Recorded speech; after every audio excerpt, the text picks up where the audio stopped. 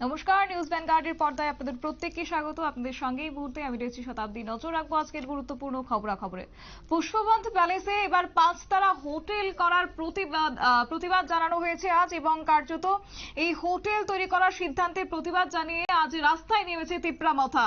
আগরতলা রাজপথে মথার মহিলা ও যুব সংগঠনের কর্মীরা আজকে রাস্তায় নেমেছে। প্রদ্যুৎ কিশোর দেববর্মার আহ্বানে সাড়া দিয়ে আজকে বিক্ষোভ মিছিল করেছে দলীয় কর্মীরা। বিস্তারিত জানবো, আমাদের সঙ্গে রয়েছে প্রতিনিধি সুপ্রীতি মুখার্জি। সুপ্রীতি, কি জানতে পারছো?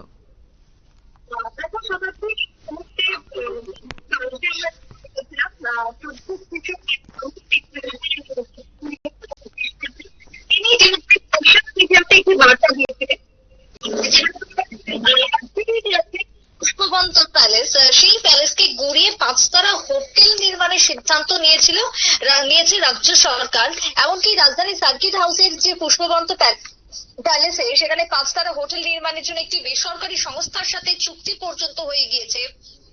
এই যে খবর যখন প্রকাশ্যে এসেছে তখনই কিন্তু এক প্রকার রাজ্য সরকারের বিরুদ্ধে তোপ দেগেছিলেন প্রদ্যুৎ কিশোর দেববর্মন।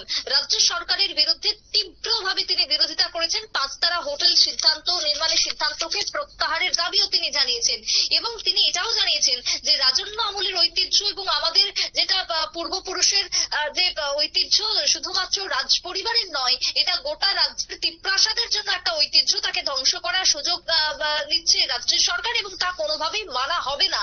প্রদ্যুৎ কিশোর দেববর্মন সামাজিক মাধ্যমে যখন এই রকম বার্তা দেন, ঠিক সেই সময় দাঁড়িয়ে তোমার সমস্ত তিপ্রাসাদের যে কর্মী সংগঠন রয়েছে তারা প্রত্যেকেই কিন্তু সজাগ হয় এবং তারা রীতিমতো বিক্ষোভে ফেটে পড়েন। আজকে সকালবেলাতে তারা এর প্রতিবাদ জানিয়ে শহর আগরতলার রাজপথে পর্যন্ত নেমেছেন।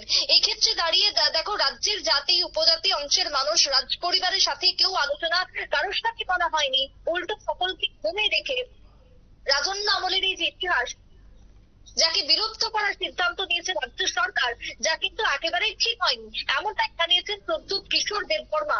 এবং সেই জায়গায় দাঁড়িয়ে রাজ্যের এই যে তোমার বিজড়িত যে স্থান, তাকে কোনোভাবেই বেসরকারি সংস্থার হাতে তুলে দেওয়া হবে না, তার প্রতিবাদ জানিয়ে আজকে শহর আগরতলার বুকে এই প্রতিবাদ মিছিল চলছে। এবং এই প্রতিবাদ মিছিলে তিপ্রা মাথার যে সংগঠনগুলি রয়েছে, যার মধ্যে তিপ্রা তোমার মহিলা সংগঠন এবং যুব সংগঠন, তার সাথে তিপ্রা মাথার সমস্ত কর্মীরা তিপ্রা মাথার পতাকা নিয়ে তোমার শহরের বুকে বিক্ষোভ মিছিলে সামিল হয়েছেন।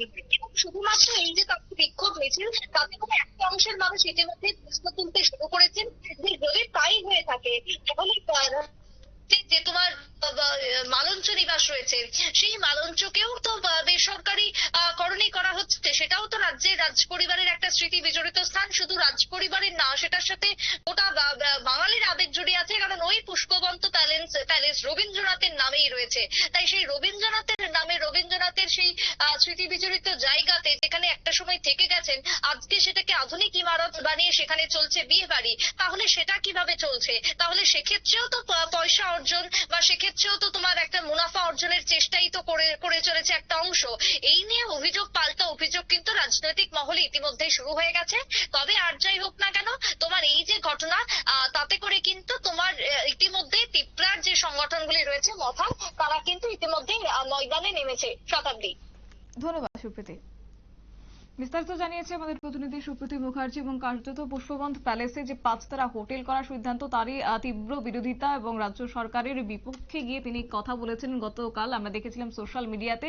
এবং তারপরে তিপ্রা মথা দলের কর্মী সমর্থকরা সরব হয়েছেন এবং একযোগে তারা আজ রাস্তায় নেমেছেন। মহিলা সংগঠন থেকে শুরু করে যুব সংগঠনকেও আজ রাস্তায় নামতে দেখা গেছে। নিয়ে নিচ্ছি ছোট্ট একটি বিজ্ঞাপন বিরতির, সঙ্গে থাকুন।